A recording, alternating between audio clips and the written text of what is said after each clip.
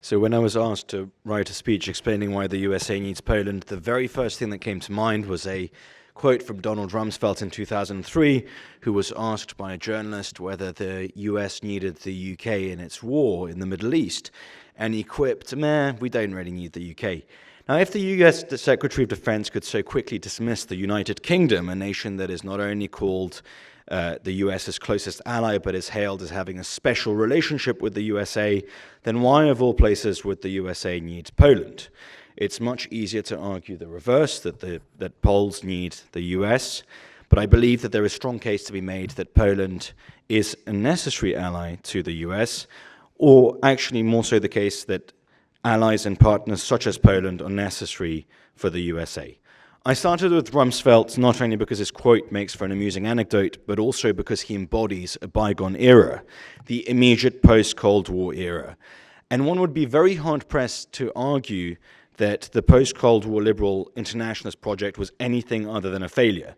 The evidence is overwhelming. The US-led liberal empire backed by NATO, the EU, and other supranational institutions has failed. The world is very different to what it was in 1989. It's certainly very different to what it was in 2003. And since the end of the Cold War, despite what seemed like a very decisive victory, the West has grown weaker and entered a period of decline. We were in fact defeated by our absolute victory. While communism may have collapsed, our old enemies have grown stronger and are growing stronger by the day. Consider these two very simple measures. The West's share of global GDP has fallen, and so has our share of world population. Now, the foreign policy establishment insists that there are only two paths for America. One of liberal internationalism, which is to overthrow authoritarian regimes and attempt to rebuild them as liberal democracies, or what Daniel called doing social work, mostly in the Middle East, or the other, a path of complete and utter isolationism, that is, staying out of the world's problems altogether and retreating. But there is another way, and that way is very aptly described as the Trump doctrine, which rests on three very specific premises. The first of these premises is that resources are scarce. America's ability to deploy troops is scarce because there are only so many troops to deploy.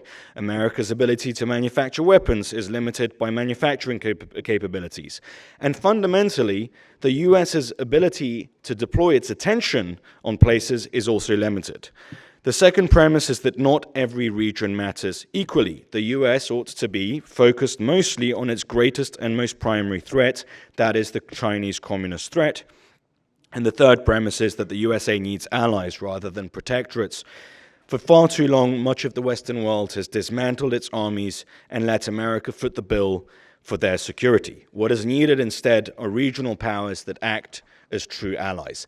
And it is in this new context, this new geopolitical reality, and this new US approach to foreign policy that Poland and countries such as Poland come in. Before I discuss the Poland of today, let me very briefly tell you about the Poland of old. Poland has a 1,000-year history. In the 17th century, the Polish-Lithuanian Commonwealth rose to prominence as one of the most powerful states in Europe. And unlike the absolutist monarchies surrounding it, it was not only a bastion of tolerance and religious freedom, it was also a democracy of nobles in which 10 to 15% of the population had access to voting, something that wasn't available anywhere else in the world. By the 18th century, surrounded by hostile powers, the Commonwealth was partitioned and Poland disappeared from the map for 123 years. Let that be a warning to those wanting to run liberal states in a very illiberal world. Now, in that period of time, two very specific figures stand out that I want to tell you about. The first of them is Kazimierz Pułaski, a nobleman who fought Russian interference in Poland, then came to America, where he fought in the Revolutionary War, and his most important contribution to the US was saving the life of George Washington. The second is Tadeusz Kościuszko, whose statue you most likely walk by every time you walk past the White House. He also fought in the American Revolution. He designed the state-of-the-art fortifications at West Point, befriended Thomas Jefferson, and then he returned to Poland in 1784 and led the insurrections against Russian domination. In his will, interestingly enough, he left all of his American estates to purchase freedom and education for US slaves. At this time in Poland, in 1791, Poland adopted the Constitution of May 3rd, which was the first modern constitution in Europe, second in the world only to America's. Now, these two great Polish and American heroes are literal embodiments of one of the unofficial mottos of Poland, for your freedom and ours. During the partitions in the 20th century, Poles have fought in the ranks of every freedom struggle around the world. Another figure that warrants mention is that of Rafał Ganganowicz, a 20th century mercenary and anti-communist fighter who fought the communists in the Middle East and Central Africa. He was once asked what it's like to kill a man. He responded simply, "I don't know what it's like to kill a man. I've only ever killed communists." This shared history illustrates a deeper truth. The American and Polish spirit have been bound together for centuries by a love of liberty and a refusal to bow to tyranny. But let's fast forward to the 21st century.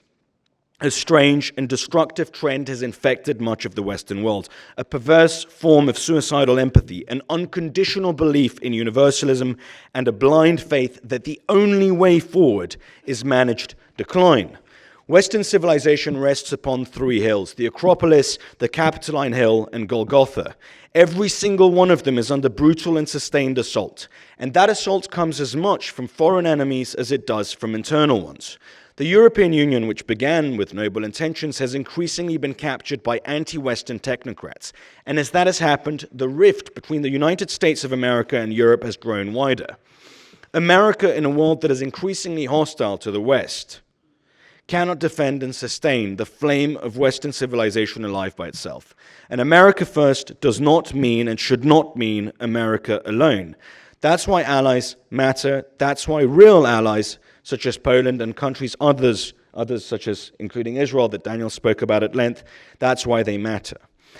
Now, Poland's history of tolerance, of religious freedom, of fighting for independence during the partitions, of resisting both German Nazism and Soviet communism, make it an ideological ally for a conservative America. In fact, more than an ally, Poland can also serve as an inspiration. When Pope John Paul II stood in Warsaw in 1979, just after he'd been chosen as Pope in 78 and declared, "Be not afraid," it sparked a movement. Poles, aided by conservative allies in the United States of America, helped break the chains of communism and led to the fall of the Berlin Wall and of the Iron Curtain. Centuries of hard and rough historical experiences have not managed to break the Polish soul. If anything, these hardships have inoculated the Polish spirit against the dangers of collectivism. In an increasingly unmoored world, the Polish people have held on to something that is increasingly uncommon. That is common sense. And that common sense stands in very sharp contrast to much of Western Europe. In the UK, Paul has really given us a fantastic lecture about the madness going on in Europe, but to bounce back on that, in the UK, free speech has eroded. People are jailed for memes and online comments. In Germany, Merkel opened the borders and declared Verschaffen das. 10 years later, it turned out that they could in fact not manage this. Crime and assaults have risen, but media elites deny any connection between mass migration and an increase in crime. I could multiply examples of Europe's decline. J.D. Vance already did it brilliantly in Munich in a very criticized speech. The pattern is clear. Whereas the post-Christian West drifts towards radicalism, Poland has resisted. And unlike much of Western Europe, Poland is consistently pro-American. In 2022, only 3% of Poles had an unfavorable opinion of the USA. There are more Americans with unfavorable opinions of the US than there are Poles. It's the lowest number in the world according to Pew Research. Now contrast that with the infamous 2018 clip of German delegates sneering at President Donald Trump when he was warning them at the United Nations of their dangerous reliance on Russian energy. 4 years later, in 2022, nobody, especially not the Germans, was laughing. But the anti-American reflex across Western Europe has remained. That anti-American reflex does not exist in Poland. Poland doesn't just stand with America. Poland, in fact, deeply respects and loves the United States of America. Poland is a European nation that still believes in sovereignty, borders, and the family as the foundation of society. In Brussels, these beliefs are treated not only as outdated, but in some cases as dangerous. In a Europe where church is empty and faith erodes, Poland still stands out as a nation where religious tradition remains strong. But the importance of Poland is not just historical, ideological, or spiritual. it is also purely practical. Poland has consistently shouldered its share of NATO defense. Since joining the alliance in 1999, it has spent at least 2% of GDP on its military, and today it spends closer to 5%. It's the highest in the entire alliance. This year alone, in 2025, Poland has NATO's sixth largest defense budget, around 44.3 billion. It's modernizing its speed, buying billions of dollars worth of US tanks, jets, HIMARS, and missile defense systems. Once its current orders are filled, Poland will operate around 1,100 tanks. That's more tanks than Germany, France, the UK, and Italy combined. Unlike so many other allies, Poland is not asking for handouts from America. It doesn't want to, wants America to protect it. But most of all, it wants to protect itself, and that's why it's building the strongest land army in Europe.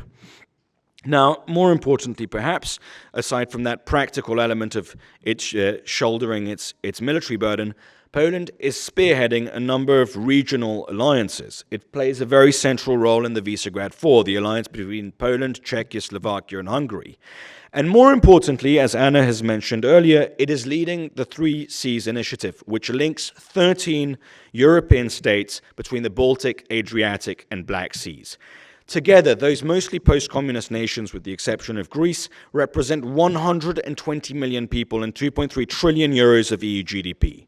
Poland, as the largest economy of the group, has been a driving force behind the infrastructure projects, and it is leading the effort to decouple from Russian energy, often turning to US LNG imports instead. So ignoring the ideological reasons, a strong partnership with Poland makes sense from a purely mercantile perspective. Now, with US backing, the Three Seas could serve not only as a bulwark against Russian imperialism, but also as a counterweight inside the EU against the anti-Americanism of Western Europe. Now, the United States is very obviously an exceptional nation, and it doesn't really need any particular country. But in an age where the war on the West is intensifying, America does need partners. Strong partners that share American values and that shoulder their own responsibilities.